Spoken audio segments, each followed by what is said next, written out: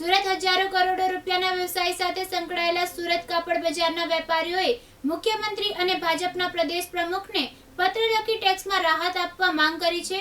Hotel રેસ્ટોરન્ટની જેમ અમને પણ ટેક્સમાંથી રાહત આપો, કાપડના વેપારીઓની માંગ પર ધ્યાન આપી વિચારવા અપીલ કરી છે। એટલું જ નહીં પણ કાપડ વેપારીઓની માંગને નજરઅંદાજ કરાય તો વેપારીઓ કાપડનું બજાર છોડીને બીજે ક્યાંક જવાનું વિચારી રહ્યા છે, નહીતર સંઘર્ષ અથવા ચળવળના માર્ગ પર આગળ વધવા મજબૂર બનશે એવી ચીમકી આપી છે। नमस्कार आशीष भाई और सभी आगेवान पत्रकार बंधुओं, जैसा कि सर्वविदित है, पूरे देश के अंदर कोरोना महामारी के 2 साल पूरे हो रहे हैं। 2 साल से मैं समझता हूँ सूरत का कपड़ा बाज़ार के बारे में बातचीत करूँगा आज कि पिछले मार्च से लेकर इस साल का जो हमारा मार्च का महीना भी गया, कपड़ा बाज़ार की जो मेन सीज़न होती है जनवरी, फरवरी, मार्च, अप्रैल, मई, ये 5 महीने कपड़ा बाज़ार के लिए बहुत पीक आवर्स होते हैं।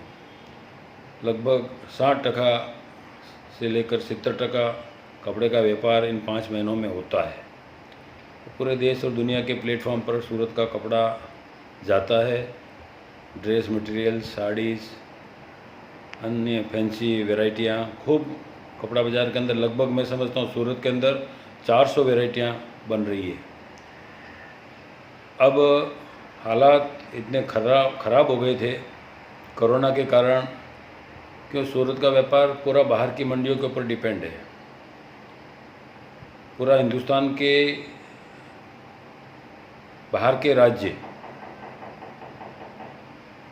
चाहे पंजाब हो, हरियाणा हो, यूपी हो, तमिलनाडु हो, आंध्रा हो, कर्नाटका हो, राजस्थान हो, महाराष्ट्र हो, सभी बड़ी कपड़े की मंडियाँ सूरत से कपड़ा ले जाती है।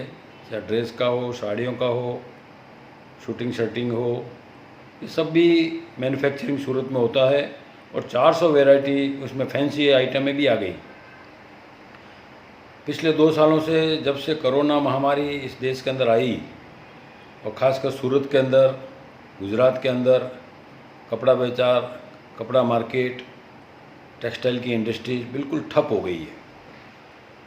और व्यापारी बड़ा असहाय महसूस कर रहा है कि पीक ईयर्स के अंदर जब ग्राहकी का मेन समय होता है, उस समय में अब अगर हम माल नहीं बेचेंगे, व्यापार नहीं करेंगे, तो हमारे जितने खर्चे लागू हैं, स्टाफ की पगार, income tax, sale tax, GST, अन्य प्रकार की इलेक्ट्रिक के बिल्स, मेंटेनेंस के बिल्स, सभी खर्चे व्यापारी के ऊपर लागू है।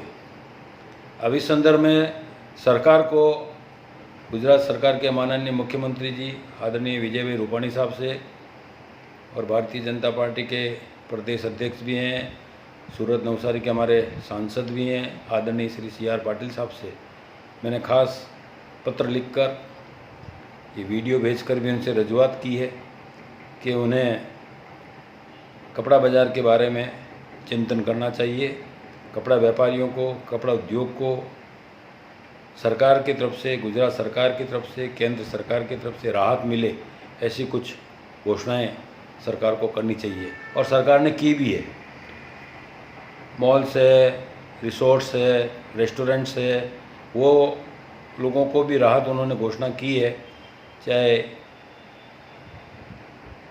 SMC का टैक्स हो, इलेक्ट्रिक के बिल्स हो, कोई GST के अंदर राहत हो, इस प्रकार के पैकेज सरकार ने घोषणा अभी 2 दिन पहले की है। तो मैं आदरणीय पाटिल साहब से, आदरणीय मुख्यमंत्री जी से विशेष अपील करता हूँ कि सूरत के टेक्सटाइल व्यापारी, गुजरात के टेक्सटाइल के व्यापारी, चाहे अहमदाबाद हो, जामनगर हो, भावनगर हो, राजकोट हो, और सूरत सबसे बड़ा कपड़ा उद्योग है, पूरे देश को सप्लाई करता है। यहाँ कम से कम 15 लाख 20 लाख लोग टेक्सटाइल के अंदर जुड़ी हुई है, लेबर, मिडिल स्टाफ, इन लोगों को हम पगार देते हैं, उन लोगों को कोई तकलीफ़ नहीं आने दी हम लोगों ने, चाहे मंदी हो चाहे काम नहीं हो, फिर भी हमने उनको पूरा पगार दिया है, पूरा खर्चा दिया है, उनके खाने पीने की व्यवस्था की है, उनके रहने की व्यवस्था की है, हर प्रकार से व्यापारी ने उनको सुविधा दी है, उनको कोई तकलीफ़ नहीं आने दी। लेकिन व्यापारी की तकलीफ़ अब सरकार को समझनी होगी, सरकार उसके ऊपर गंभीरता से विचार करे। आदरणीय पाटिल साहब इस बात को दिल्ली तक पहुंचाए, मुख्यमंत्री जी तक पहुंचाए, और उम्मीद करता हूं कि सरकार इस पर राहत देगी। कपड़ा बाज़ार को बहुत उम्मीद है आपसे, सरकार से, कि कपड़ा बाज़ार के इलेक्ट्रिक के बिल माफ़ किए जाएं, सूरत प्रशासन के जो टैक्सेस हैं वो माफ़ किए जाएं, जीएसटी के रिफंड्स हैं वो जल्दी व्यापारियों को मिले, और अन्य पैकेज अगर सरकार संभव होए तो व्यापारी समाज को दे, कपड़ा व्यापार को दे, ताकि कपड़ा व्यापार जिंदा रह सके। कपड़ा व्यापारी नर्वस जो हो गया है उसको वापस कुछ उमंग उम्मीद लगे कि व्यापार चलेगा, कपड़ा बाज़ार वापस पुनः अपनी पुरानी दमदमाट होने वाली परिस्थिति में आएगा। कपड़ा बाज़ार को पुनः जिंदा रखने के लिए व्यापारी समाज को एक राहत दे, ऐसी उम्मीद करता हूँ। खूब खूब आभार। भारत माता की जय। वंदे मातरम।